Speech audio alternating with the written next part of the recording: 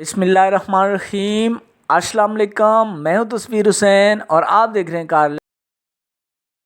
आज की वीडियो का टॉपिक है इग्निशन कॉइल के बारे में। वीडियो में हम इग्निशन कॉइल को समझेंगे कि इग्निशन कॉइल क्या होती है, कैसे काम करती है, इसकी लोकेशन के साथ साथ इनकी टाइप्स को भी नज़र दौड़ाएंगे। तो आइए वीडियो शुरू करते हैं।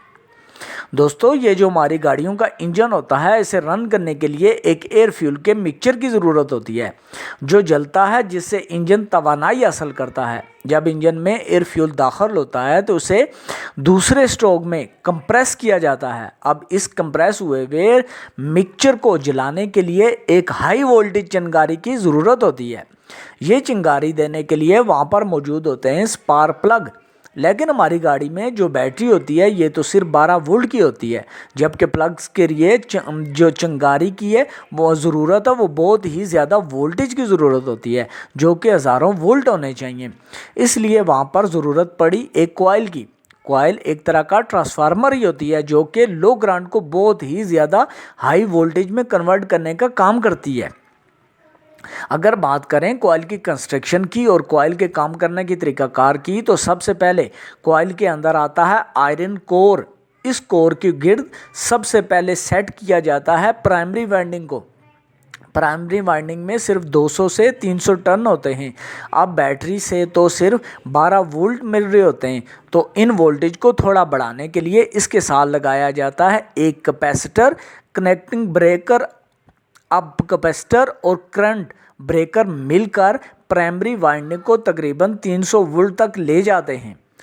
सर्किट में ब्रेकर का काम करने के लिए यूज़ हो सकता है पॉइंट पल्सर या टूथ व्हील, जो कि नेगेटिव करंट देने और बंद करने का काम करते हैं। जब 3 पॉइंट जो कॉइल होती है इसका सर्किट अलग होता है, जिसे हम वीडियो में आगे डिस्कस करेंगे। अब प्राइमरी वाइंडिंग के अंदर सेट किया जाता है सेकेंडरी वाइंडिंग को। सेकेंडरी वाइंडिंग के अंदर तकरीबन 20 से 21,000 टर्न्स होते हैं।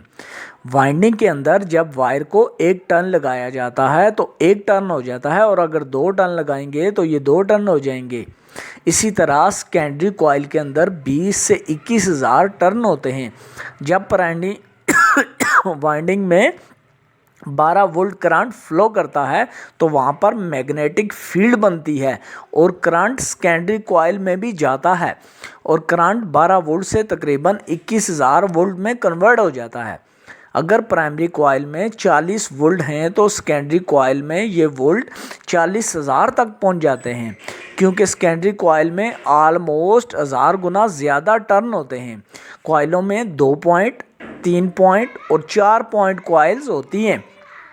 अगर बात करें 2 पॉइंट कॉइल की, तो इसमें एक वायर पर 12 वोल्ट पॉजिटिव आता है, जबकि दूसरी वायर में नेगेटिव आता है, जो कि कनेक्ट ब्रेकर के थ्रू, जैसा कि पॉइंट होता है, नेगेटिव करंट देना बंद करता है, फिर देता है और फिर बंद करता है।